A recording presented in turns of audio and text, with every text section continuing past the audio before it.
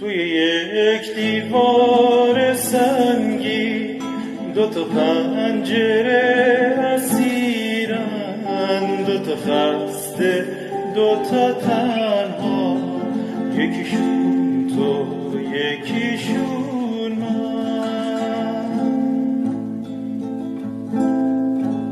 دیوار از سنگ سیاهه، سنگ سرد و سهل خارا، زده مهر بی صدایی به لبای خسته ما. نمیتونیم که به جنبی زیر سنگینی دیوار، همه عشق من و تو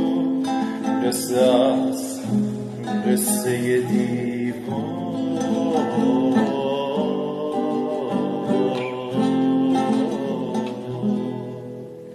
همیشه فاصله بوده بین دستای من و تو، با همین تلخی گذشته شب و روزای من و تو.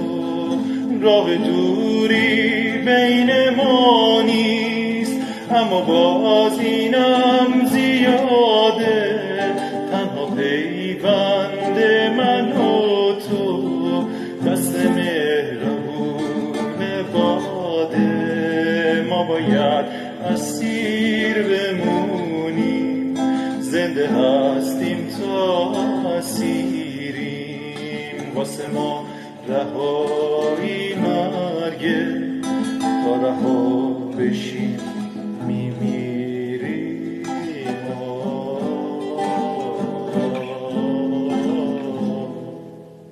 کاشکی این دیوار خراب شه، من و تو با هم بمیریم توی یک دنیای دیگه، دستای همو بگیریم.